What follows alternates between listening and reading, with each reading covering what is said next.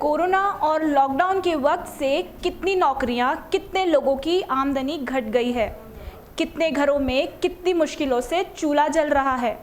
जो भुगत रहे हैं उनको पता है, पर सरकार को लोगों की परेशानी से अर्थव्यवस्था की सेहत समझ नहीं आती। सरकार की अर्थव्यवस्था का थर्मामीटर है जीडीपी।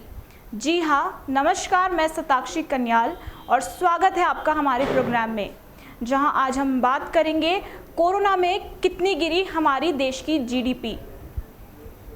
यह बात खुद केंद्र सरकार यानी नरेंद्र मोदी सरकार ने बता दी है। सरकार के नेशनल स्टैटिस्टिक्स ने आंकड़े जारी किए हैं। 2020 और 2021 के आंकड़े सामने आए हैं और जैसी आशंका जताई जा रही थी, यह उससे भी खराब आंकड़े हैं।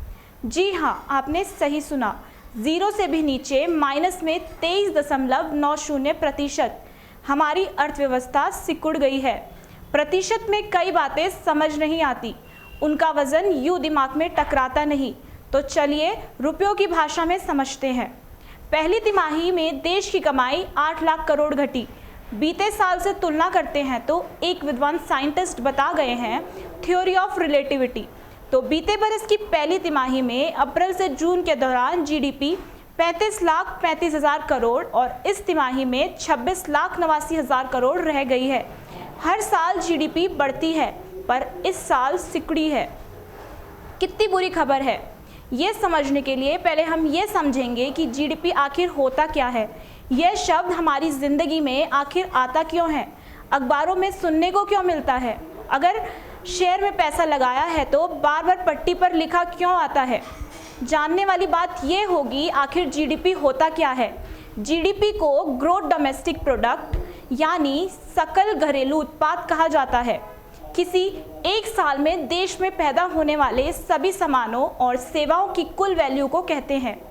माना जाता है कि भारत जैसे कम और मध्यम आमदनी वाले देश के लिए साल दर साल अधिक जीडीपी ग्रोथ हासिल करना ज़रूरी है, ताकि देश की बढ़ती आबादी की ज़रूरतों को पूरा किया जा सके। तो अगर हम मैन्युफैक्चरिंग सेक्टर की बात करें तो यहाँ पर ग्रोथ माइनस 39.3% है। माइनिंग की बात करें तो माइनस 41.3% है। रियल इस्टेट यानी भवन निर्माण की बात करें तो माइनस 50% है। ये तीन सेक्टर वो हैं जिनमें जो औसत आई हुई है उससे भी उससे ज़्यादा गिरावट है। बहुत सारी नौकरियां इन दौरान गई हैं। अगर हम बात करें तो जीडीपी के गिरने की, तो कहीं ना कहीं जीडीपी में बढ़ावट भी हुई है। तो वह बढ़ावट आखिर हुई कहाँ है? तो वह बढ़ावट हुई है एग्रीकल्चर सेक्टर में। इसकी ग्रोथ पिछली तिमाही की 30% के मुताबिक 3.4% हो गई है। दशमलव में बढ़ोतरी कम है, लेकिन ओवरऑल आंकड़े कुछ कम बुरा बनाने का योगदान देश के किसानों ने, देश के कृषि सेक्टर ने दिया है। आज के लिए इतना ही, फिर मिलेंगे एक नए विषय के साथ। नमस्कार।